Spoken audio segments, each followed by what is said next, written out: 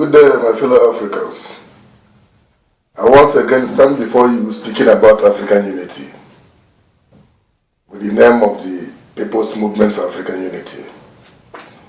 We are making this particular video message to tell you that we are aware of what change can bring in a society. I know when we begin to introduce our measures towards building Africa, some people may feel disinconvenienced for personal reasons. But that's what it takes for a change to happen in the society. So we are not expecting anyone to come and complain about this or that. Because even myself, my personal life has been disinconvenienced. As I'm standing here talking to you, my businesses are not functional because of this mission of establishing Africa. As I stand here talking to you, the place where I sleep have not been paid for almost 8 months because there is no money. All my money has gone into putting the basics to begin the new Africa. I only have 3 or 5 days to stay where I'm living. I have to pack out, and I don't even know where I'm going. My 2 children have been abandoned for nearly a year, but I cannot even see them. I don't know what they eat or what they drink. All for the sake of seeking to kickstart the mission of uniting and building Africa. My car disc, sometimes I'm running on the street, my fuel finish. I have to start there and start begging people. I have been surviving sometimes with 5 rand a day. I've been going a lot of personal upheavals in my personal life and family life. A lot of things have been happening in my personal life that is so painful. But I'm not worried about that because it's a moment of truth. The moment of truth will always unveil itself at any level of our evolution. It's a moment from which nobody can hide.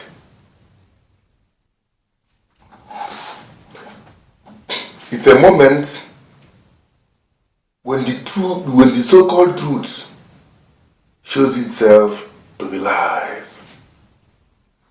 It's also a moment when most of the things we think are lies shows itself to be true.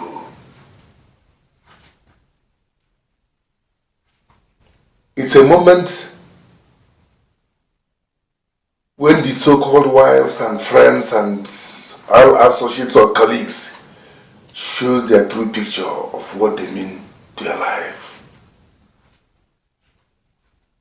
It's a moment of truth and a moment of frustration where everything opens itself. It's a moment when nobody can deny, nobody can hide themselves in that very moment. It's also a moment when the forces of life test your perseverance on how much you are willing to put great effort for the mission to which one is exposed.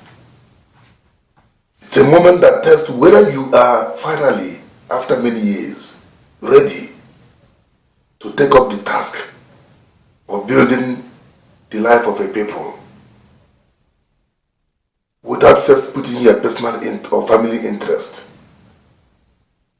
as the most important. It is also a moment of respecting the natural laws. Some natural laws dictate that when a seed is sown in the ground, the seed must undergo decay, rust to the ground, before it shoots up and begin to bear fruit from which many people eat and benefit. This moment of truth is painful, but it is the important moment in the life of a person. It's the moment that reveals everything. It's a moment of test. But I don't have to cry about it, because it's not the first time such thing is happening in the history of mankind.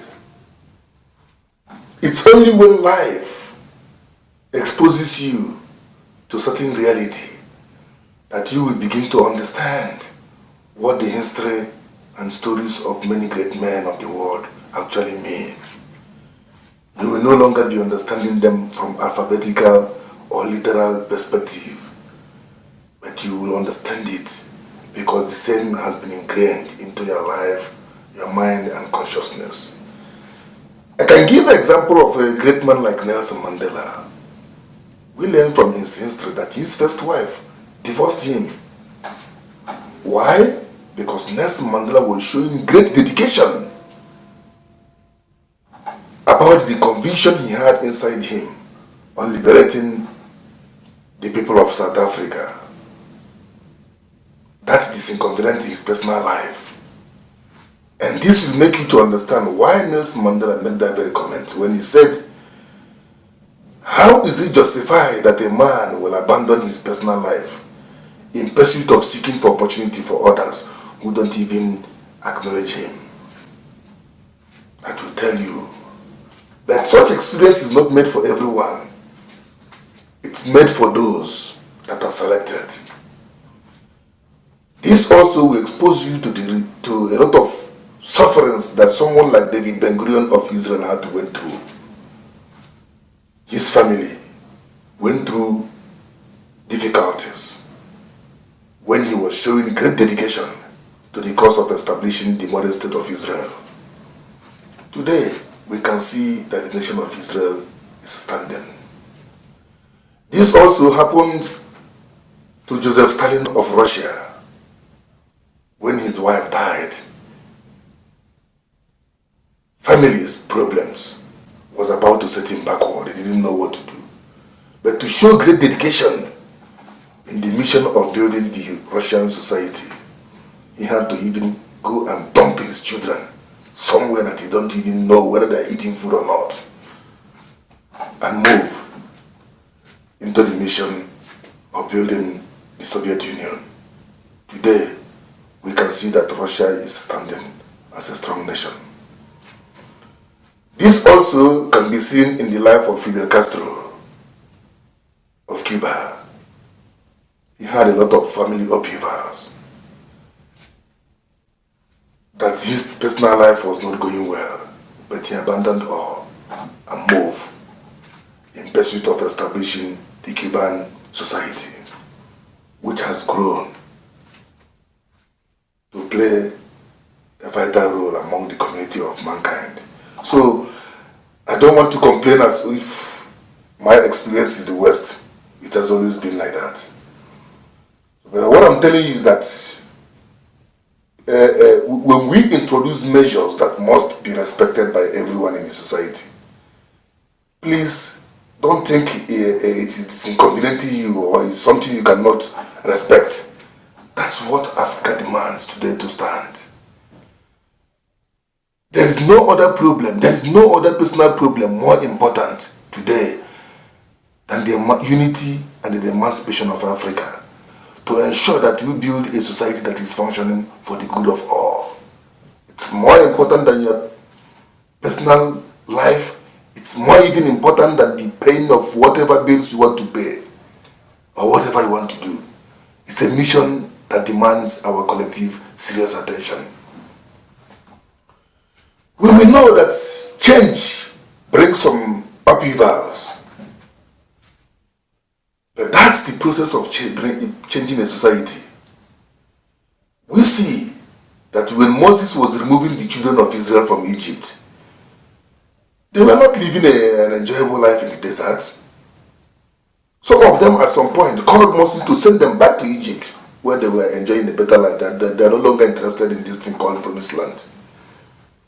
But if Moses had paid attention and sent them back, are we going to have the state of Israel the way we have today? That is a price that people have to pay to build their life. We also see when Joseph Stalin introduced his policies, especially the policy of collectivization in agriculture, many people were disinconvenienced. But that served as the beginning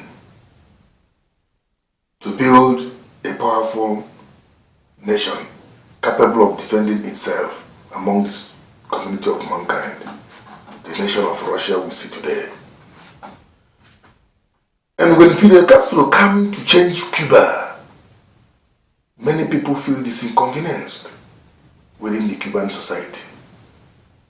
But that was the process it had to take to build Cuba. Today, we here in Africa, most of us have to go to Cuba, a tiny nation that is less than local governments or provincial territories and populations in Africa.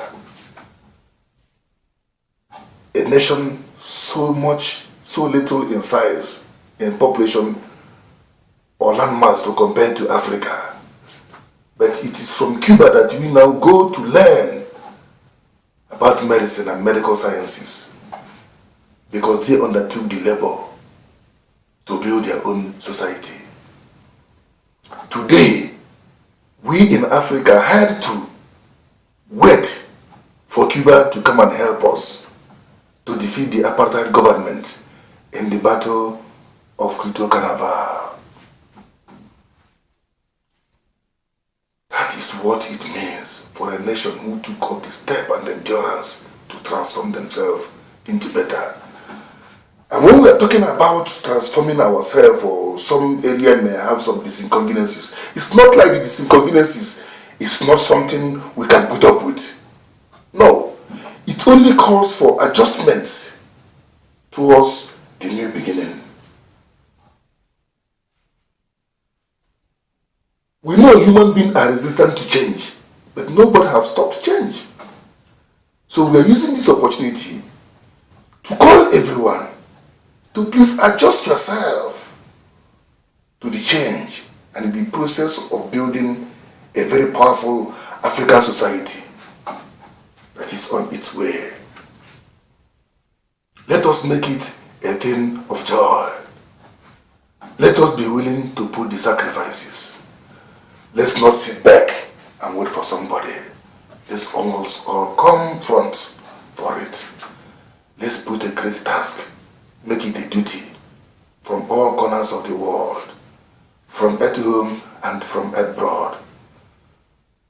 Please, especially the issue of paying a levy that can help us to generate funds needed to carry our mission.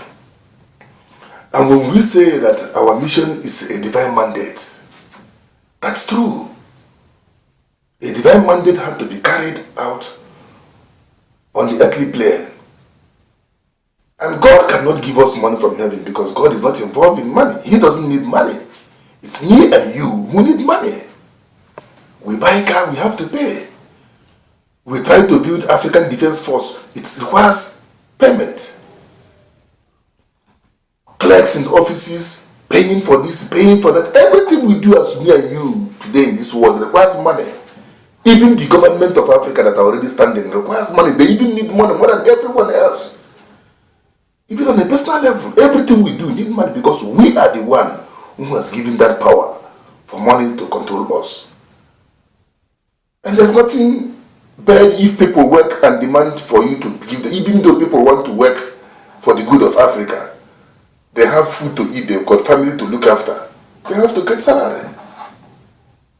And it has to come from the population of Africans. It won't come from upstairs. Like I said earlier, God is not involved in money. It's me and you who need money. Me and you created money and give it the value that it enjoys. So don't come and tell us about your personal problems, your what that can make you not to pay your lady or respect what is demanded of you, because we are not going to accept that. We are going through that. I personally have been going a severe pain in my personal life that I'm even struggling to buy food for myself, as I'm telling you now. But I'm not worried because I know where Africa is going. I know that we are heading to glory. But we have to work out that very glory that has already been given by God. We have to work to actualize it. So let your personal difficulty, your personal inconveniences not be a reason to stand up for Africa. I urge you to make Africa your first priority. Arise, arise. With confidence, let us build our home and obtain the glory. Thank you. May God bless you. Thank you all.